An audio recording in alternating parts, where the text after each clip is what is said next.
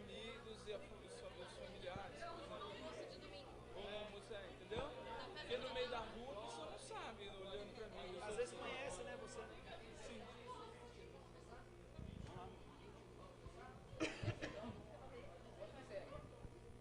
Boa noite, queridos leitores do NJ. Agora a gente está fazendo uma live toda terça-feira à noite. Semana passada foi falando com o médico veterinário e hoje nós temos um psicólogo aqui. Quero apresentar todo mundo que está aqui hoje. Temos a Raquel. Boa noite, pessoal. Boa noite, pessoal. Temos o Marcelo. Boa noite, galera. Seja bem-vindo. Nosso psicólogo André. Boa noite. Hoje a gente vai falar sobre vários assuntos que envolvem a psicologia. Lembrando que é a semana do psicólogo. Então estamos na semana desse amigo, né? Eu faço terapia ao máximo, eu amo, quero até mandar um beijo pra minha terapeuta, Vânia, tá? Então, vamos lá. Você que está assistindo a gente, se quiser mandar pergunta, aproveita que a gente vai ler pergunta aqui também. Quem vai dar pontapé inicial? Vamos lá. Primeiramente, boa noite a todos. Quero agradecer pela presença também de todos aí nessa live, né? E também agradecer você aí, parabenizar pela semana aí do psicólogo. E seja bem-vindo vocês que estão aí na live com a gente aí.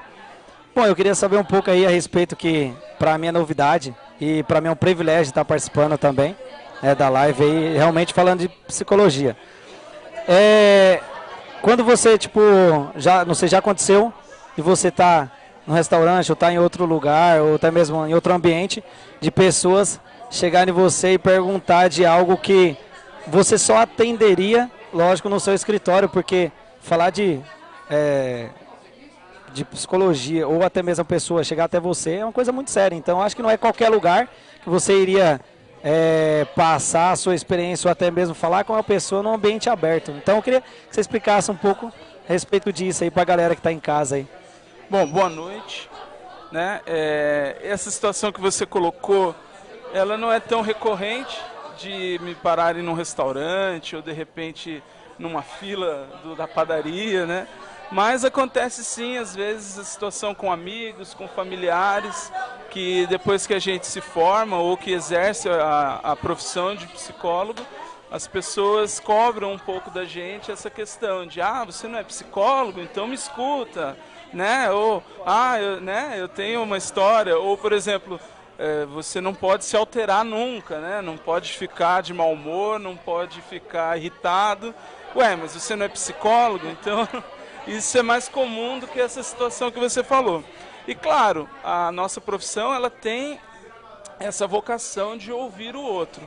Então, a gente está sempre atento. Se eu vejo uma pessoa em situação de desespero, ou mesmo um ataque epilético, uma questão de saúde, eu não sou médico, evidentemente, mas se eu vejo que eu posso ajudar de alguma forma, ouvindo, trazendo alguma tranquilidade naquele momento, nunca aconteceu, mas eu estou sempre atento, né? E acho que é isso, é da nossa vocação, dar o ombro, ou o ouvido, ou ouvir o outro, estar atento e se conectar com aquela pessoa enquanto ela precisa. Tanto que hoje também a gente fala muito sobre de pessoas também estar no caso de depressão. Hoje eu pude participar também ali em São Paulo de um programa que falou muito sobre isso daí. Às vezes a pessoa se frustra com algo que queria e aí ela vai recorrer ao psicólogo, porque é uma questão de tempo, de tratamento que ela precisa também. Então isso me deixou muito interessante. E, hoje estar participando aqui com vocês é de muita alegria e está levando conhecimento para as pessoas, que tem muitas pessoas também que passam por isso e não vai no psicólogo. Não, às vezes, um preconceito ou que seja alguma coisa. Então, isso é essencial ter, sim, as pessoas do lado e você aí, profissional, com certeza dessa área, né? Sim, como você colocou aí, a questão da frustração, ela também é uma das questões que a gente lida e trata com as pessoas que procuram a gente.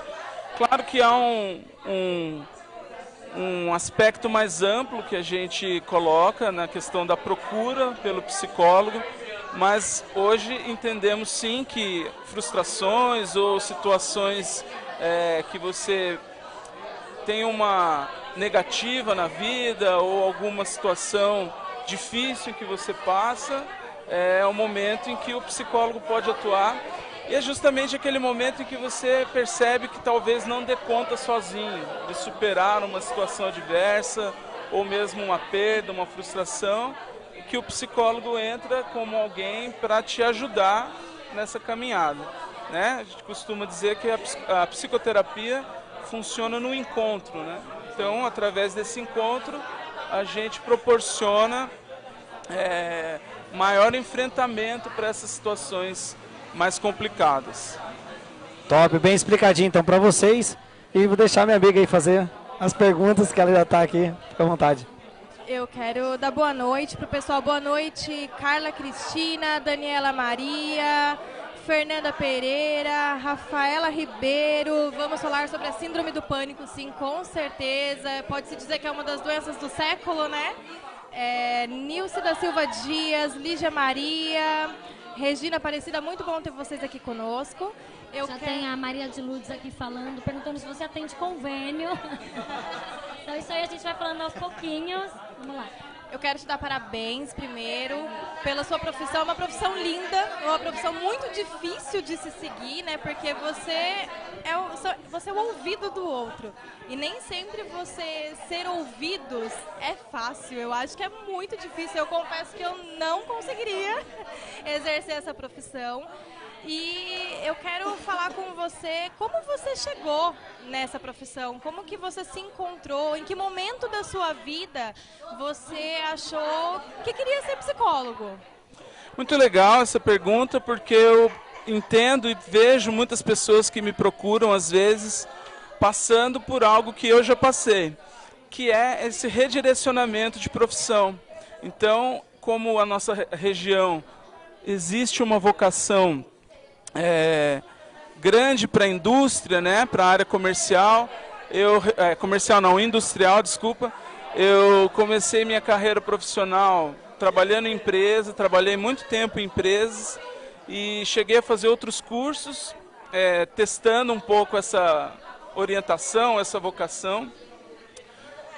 Felizmente, lá pelas tantas, eu percebi que não era muito o que eu queria. Depende de um processo também. Eu me descobri gostando dessa área, me descobri satisfeito trabalhando com isso e comecei o curso realmente um pouco mais tarde. Eu tinha 29 anos quando eu comecei, né? E do curso até o final, quando depois a gente começa a praticar mesmo, eu realmente percebi que era algo que eu gostava e que eu estava realmente integrado com a profissão. Então, essa questão que, como eu falei para ele, a nossa profissão realmente tem uma vocação, que é olhar para o outro, acolher o outro, ter empatia pelo outro, se interessar pelo universo das outras pessoas. E isso é muito legal, realmente. A gente percebe que muitas pessoas têm essa visão de que eu sou um bom conselheiro, eu sou amigo de todo mundo, eu seria um bom psicólogo. Talvez não seja essa a melhor definição, tá? Porque eu entendo que muitas pessoas gostam, às vezes, de ter essa intimidade ou de proporcionar um acolhimento para as outras pessoas. Mas a profissão em si, ela vai um pouco além disso, né? E muitas vezes a gente tem que... inevitavelmente tem que estar bem preparado e saber o que é nosso e o que é do outro sempre, né? Porque a todo momento que eu estiver atuando, eu tenho que estar inteiro ali, proporcionando essa escuta, que o pessoal chama de escuta qualificada, que é o que justamente diferencia essa questão das pessoas que se identificam, que gostam de ouvir o outro e que tenham uma conexão com isso, e aquelas que realmente se preparam e exercem esse ofício. Então, existe essa diferença. Eu também tenho muito orgulho hoje de ter encontrado esse caminho, obviamente, e, claro, aconselho a todas as pessoas que se interessam, que busquem, que procurem se informar, que estudem, percebam o que realmente é essa profissão e que veja um pouquinho além dessa questão não só de ser um bom conselheiro ou de ser um bom ouvinte, que é um pouquinho além. E como que funciona a parte ética, o que é conversado dentro do consultório entre paciente e psicólogo? Então, a gente tem um compromisso ético profissional, né, regulamentado pelo Conselho Regional de Psicologia, ou Conselho Federal, no caso, e que a gente precisa cumprir isso. Tudo que é falado ou que acontece dentro do consultório psicológico, ou do setting, ou do atendimento, dependendo de como chamam isso, fica lá. E tem todo o sigilo que deve ser cumprido junto ao paciente. Os pacientes todos têm um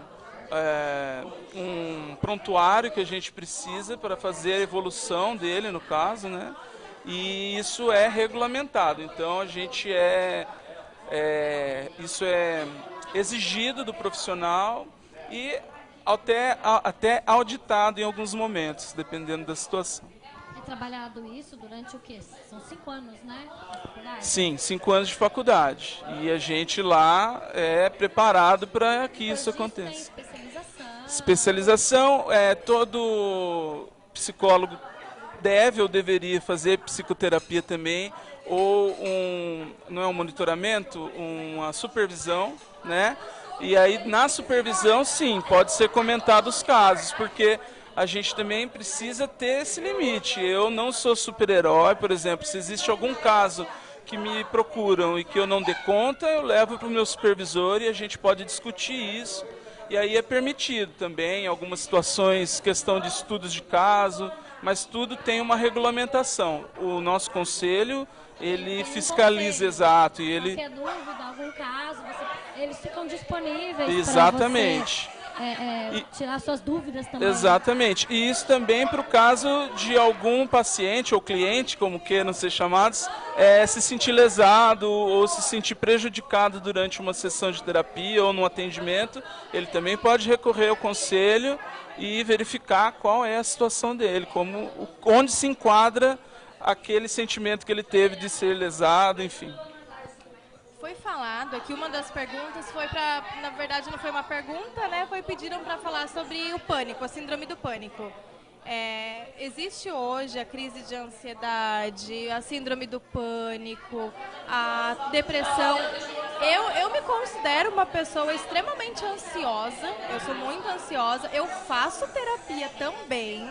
Eu tenho, assim, falo de boca cheia que as decisões mais importantes da minha vida foram tomadas com orientação da minha terapeuta. Que bom. Eu acho muito importante, todo ser humano deveria fazer terapia. É um amigo, né? Sim. É um amigo. E como que você vê essa nova geração, essa agitação que a gente vive, o trabalho, a gente trabalha muito, chega em casa cansado, como é essa interação com a família, você se sente exausto. Como que você vê essas crises? Sim, a ansiedade é algo real e imediato, vamos dizer assim, né? Uma situação, uma síndrome, como colocam, né? Um transtorno da ansiedade, como colocam. Não é uma síndrome, perdão, é um transtorno.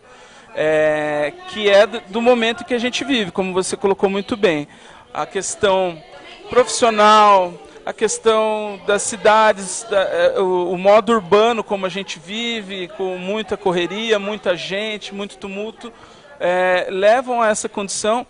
A tecnologia também, conforme avança, né, essa questão das comunicações muito rápidas, imediatas, tudo isso colabora com essas crises de ansiedade, pânico, depressão. Mas eu acho que o que a gente precisa olhar é um pouco para o nosso comportamento. A culpa não é da tecnologia, porque eu acho que isso é irreversível. A tendência é que sempre esteja cada vez mais rápido as coisas e a tecnologia cada vez mais avançada. Então, existe até aquela série Black Mirror que todo mundo comenta, e eu já ouvi gente dizendo que é uma série que fala sobre a que ponto a tecnologia pode levar a gente. Eu acho que é o contrário.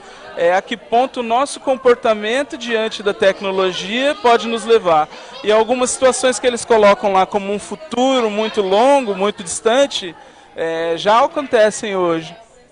E E essa ansiedade é uma resposta do nosso organismo, do nosso fisiológico, para algumas questões comportamentais, de como a gente reage diante de algumas situações, enquanto espera alguma coisa, a questão de ter paciência, a questão do imediatismo, a questão de não poder, não lidar com momentos ruins, a gente tem que estar sempre feliz, sempre bem, né? E essa é uma visão distorcida nossa, que a gente precisa cuidar, independente do que aconteça, porque é o que eu falei, as cidades não vão parar de crescer, a tecnologia não vai parar de avançar, o que tem que mudar é o nosso olhar, a nossa forma de agir diante disso. E não à toa, isso eu sempre comento, né, que os mercados que mais crescem hoje são farmácias, né, o supermercado, né, pet shop, porque na ânsia da gente ter uma relação, o animal, eu tenho animal, não estou fazendo uma crítica, mas é que a relação com o animal é mais fácil, ele não contraria a gente, ele não diz não, né? Um filho, um pai, uma mãe, um irmão, essa questão dos quereres deles são mais difíceis da gente lidar. Então, a tendência é a gente buscar para os pets essa relação mais simplificada, né? E também aquelas lojas de festas, né? Elas estão bombando hoje, que é justamente naquilo que eu falei, a festa está vindo o tempo inteiro. O sextou virou um verbo agora, né? A gente vive a semana inteira esperando a sexta-feira. Isso também é uma incoerência, uma questão que não é correta da nossa parte, né? Temos alguns relatos aqui. A Maria do Carmo falou que ela tem 54 anos e ela se sente nada. Não realizou os sonhos e ela é muito frustrada com a vida. Tem também o relato da Dione, falando que ela vive com transtorno de ansiedade, toque e pior, depressão suicida. A mente dela programa todos os dias a morte, que é muito difícil lidar com isso. Bom, aí estamos com duas situações bem complexas. Eu diria que elas, sim, procurem um psicólogo a princípio. A procura pelo psicólogo, eu sempre aconselho que aconteça da mesma forma como alguém procura um médico. A gente, quando vai procurar um médico e não se sente bem com aquela conversa ou com o diagnóstico, a gente acaba procurando outro. Então, eu sempre aconselho nesse sentido, que a pessoa procure um psicólogo e que avalie aquele encontro, se houve alguma potencialidade, se aquilo mexeu de fato com ela e se realmente aquele encontro foi agradável e que se trouxe realmente um acréscimo para o que ela procurava.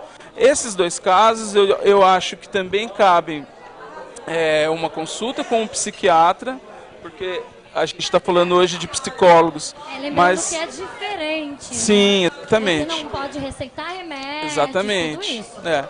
O psiquiatra também é uma pessoa qualificada para fazer essa escuta, verificar os sintomas como elas colocaram aí e de repente ver se uma psicoterapia é suficiente ou se pode entrar com alguma medicação, que hoje, cientificamente, já estamos num momento bem avançado em que algumas situações, por exemplo, há um preconceito ou uma visão no senso comum de que a depressão é um estado de humor, que a pessoa está triste, que ela não tem vontade. Não é isso. Às vezes é uma questão fisiológica. O cérebro não produz as substâncias, né, os hormônios, de repente, que são responsáveis pelo prazer nas pessoas. Então, a medicação entra nessa hora. Realmente de uma avaliação. Exatamente. E claro, se ela não quiser procurar um psiquiatra logo de cara, ela pode procurar um psicólogo. O psicólogo vai saber também avaliar quais são as necessidades dela. Você precisa encaminhar. Exatamente. E se a psicoterapia é suficiente nesses casos. Eu acho que a gente também precisa, em tempos de Google e de autoconhecimento, que está disponível, né? Não, mas eu ia dizer num outro sentido, ter um olhar mais tranquilo em relação a esses diagnósticos. Ela se autodiagnosticou, eu não sei, ela não explicou aí. Não, ela não explicou. Dione, você só comentou aqui o seu caso, Mas seria legal você só comentar com a gente se você procurou já uma ajuda. Isso, porque muitas pessoas, como é disponível, o Google tem muitas informações, isso é válido, ótimo, muito melhor do que um tempo atrás que não se tinha, mas a gente tem que ter um cuidado. Mas é perigoso, né? Tem que ter um cuidado porque já sai se autodiagnosticando. Eu tenho... sei porque em casa, às vezes, a minha mãe pega o exame dela, então, ela vai pesquisar no Google o que é alteração. Eu falo pra ela, mãe, você não fez medicina. Exato. Todo mundo já fez isso na vida. Eu acho que isso pode acontecer como um primeiro passo. De repente você chega melhor municiado no médico, olha, eu vi no Google, será que é isso mesmo? Aí é uma outra postura. Chega no consultório falando, eu sei que exatamente. Aí aí respondeu aqui. Ela faz um tratamento com um psiquiatra. Ótimo, então ela já tá com um tratamento ali. Então, esse entra no caso, como eu falei. Ela detectou essas questões, esses sintomas e foi procurar ajuda. Então, é isso que a gente indica para esses casos também, né? Bacana. Também aqui, tipo, uma dúvida que isso gera... Acho que eu já fiz vários testes também de habilitação. Quem que nunca fica nervoso para tirar a habilitação, cara? Eu acho que tem gente que faz 5 testes para poder ir, sempre erra na seta, por nervosismo, sempre erra na parte de você fazer a baliza, que é a pessoa que mais repete na baliza. Então, assim, eu queria que você, não só na parte, também tem a parte de estudo do Enem. Então eu queria que você falasse qual que é a importância da psicologia ou das pessoas se preparar até mesmo antes de estar fazendo esses testes de empresas ou até mesmo de autoescola para tirar sua habilitação. Eu acho que isso é válido também, o psicólogo entrar no meio e preparar também a pessoa um pouco para isso, né? Antes ela chega nervosa. Sim. É muito ampla não a pergunta, mas o ambiente que você colocou aí, né, da autoescola, do teste. Eu diria que, vamos colocar por partes. A autoescola, ela tem também os testes psicotécnicos, né, que são testes psicológicos também, cientificamente testados e comprovados. Sim.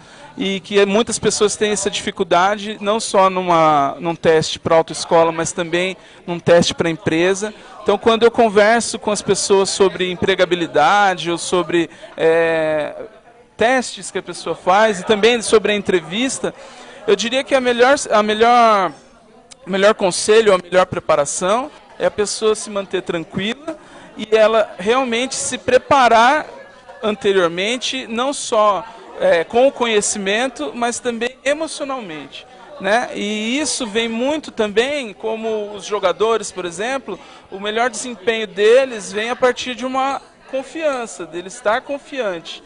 Então, o trabalho feito nesse sentido, como você falou, de se sentir bem e não ficar nervoso na hora, não esquecer algo que ele realmente estudou e lembrava e na hora porque esqueceu, daí a né? pessoa repete lá. Eu já vi várias vezes. Sim. Eu mesmo, quando fui tirar minha habilitação, eu ainda, graças a Deus, mantive a calma, como você está falando.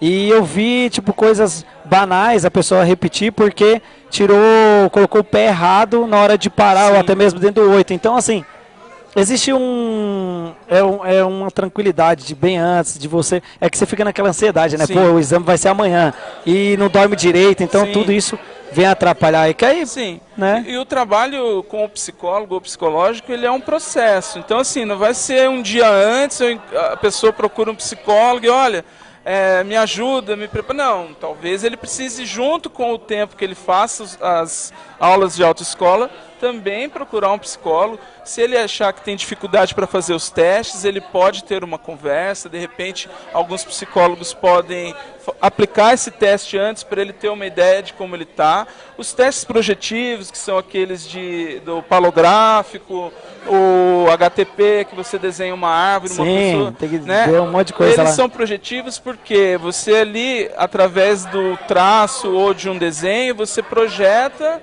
algumas características que você tem.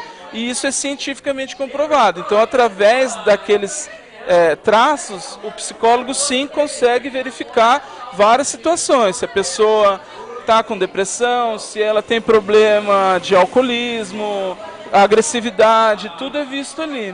E isso, como eu falei, cientificamente comprovado. Então, não tem como você enganar a pessoa na hora que você vai fazer o teste. Não tem como você achar o jeito certo de fazer o teste. Você precisa estar o mais tranquilo possível e ser o mais autêntico possível, porque aquilo está dizendo em relação a você. Estendendo essa resposta ao mercado de trabalho, sobre a entrevista de trabalho também, eu diria que é algo na mesma linha. A pessoa precisa estar confiante e ciente do que ela está buscando. Ela precisa conhecer a empresa que ela vai trabalhar, o cargo que ela está concorrendo, saber como se vestir, como as pessoas se vestem naquele ambiente para poder se vestir de uma forma adequada. Ela precisa estar bem consigo mesmo para saber falar sobre si, porque isso parece simples, mas muitas pessoas não sabem falar sobre si.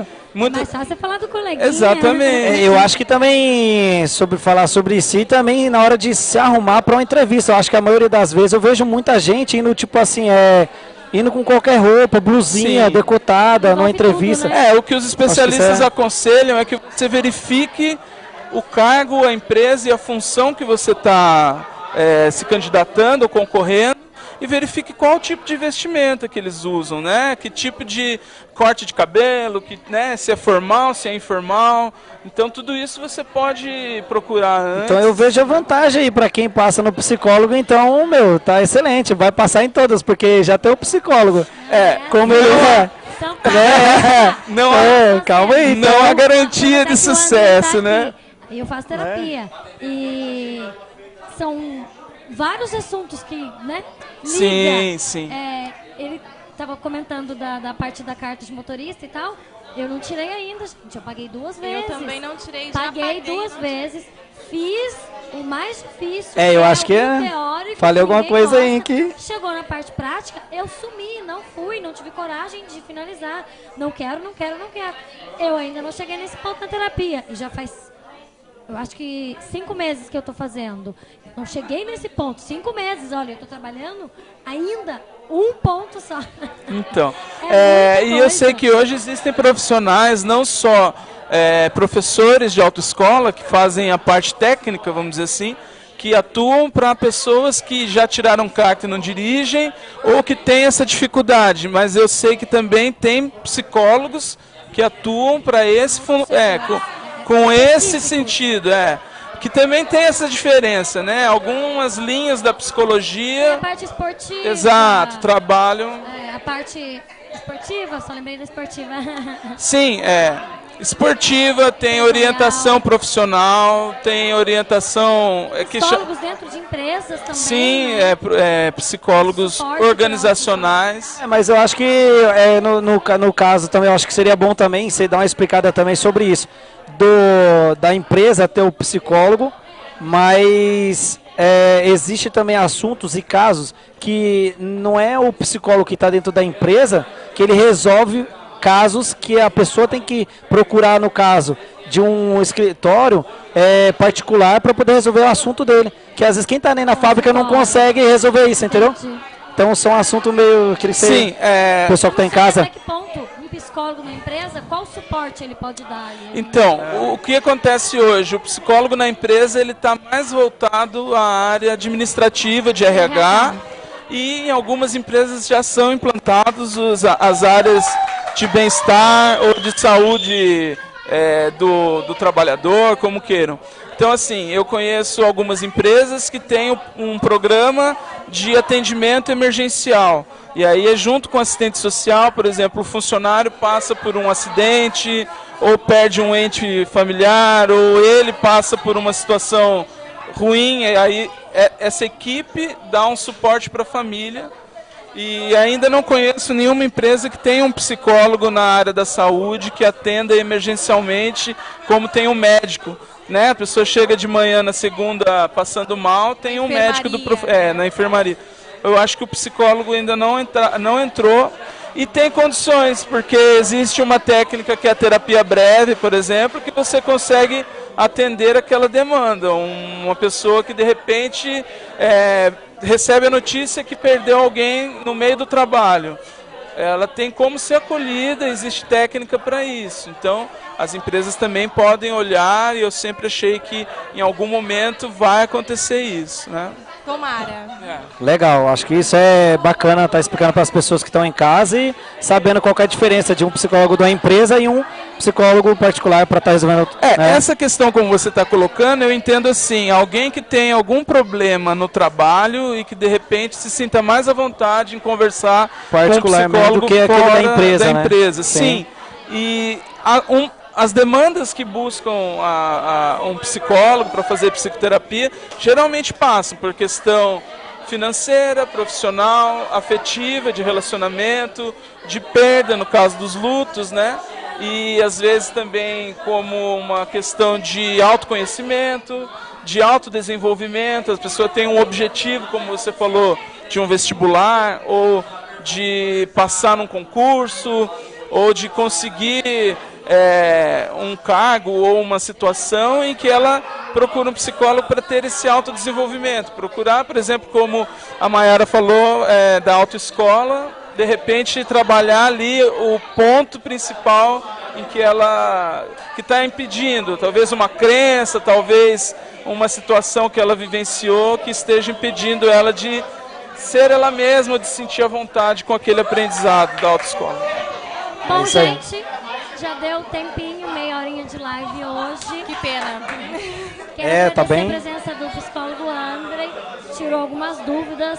Aproveitando, quero falar que ele se encontra na Rua Capitão Joaquim Pinheiro do Prado, número 69. Os telefones são 12 98218 5116 ou 12 99648 6715. Então, se você está assistindo aí, tem alguma dúvida, quer marcar uma consulta, uma primeira entrevista, pode ligar para o André que ele vai te atender. Isso. Obrigada, Marcelo. Obrigada, Raquel. Eu que agradeço, Boa noite, Mayara, pessoal. Vocês pela abertura. podem dar um tchauzinho de vocês, que eu já estou dando meu. É isso aí, pode falar. Boa noite, pessoal. Olha, eu não sou profissional, né? Mas eu acho que a gente tem que aprender a se olhar no espelho e se amar. A partir do momento que nós começarmos a nos amarmos pelo que somos e não pelo que queremos ser, a vida vai melhorar um pouquinho. Muito bem. É isso aí, também quero agradecer aí o Andrew. Obrigado pelo tempo aí também, né? E quero agradecer a todos também os ouvintes. E que a gente consiga assim também ajudar as pessoas que precisam também, dar a mão às pessoas que estão aí do lado, como você falou. Esse exemplo bacana. E é um dia de cada vez, né? Não adianta a gente querer fazer tudo de uma vez só, porque é um dia de cada vez isso daí. Obrigado mesmo pela participação. Tamo junto, Deus abençoe a sua carreira aí. Obrigado, muito que você obrigado. Continue aí ajudando e nessa profissão maravilhosa. Deus Obrigado. abençoe. Agradeço a todos vocês, agradeço a Mayara e o Nicolas pelo convite e quero também...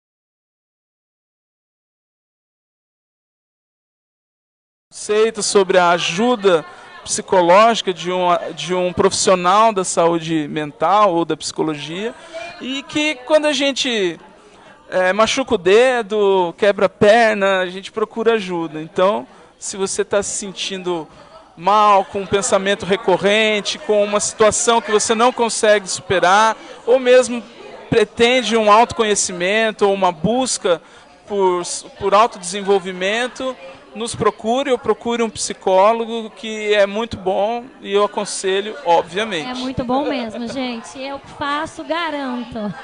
É isso aí, boa noite, Boa pessoal. noite. Boa noite, pessoal. Boa noite a todos. Fiquem com Deus.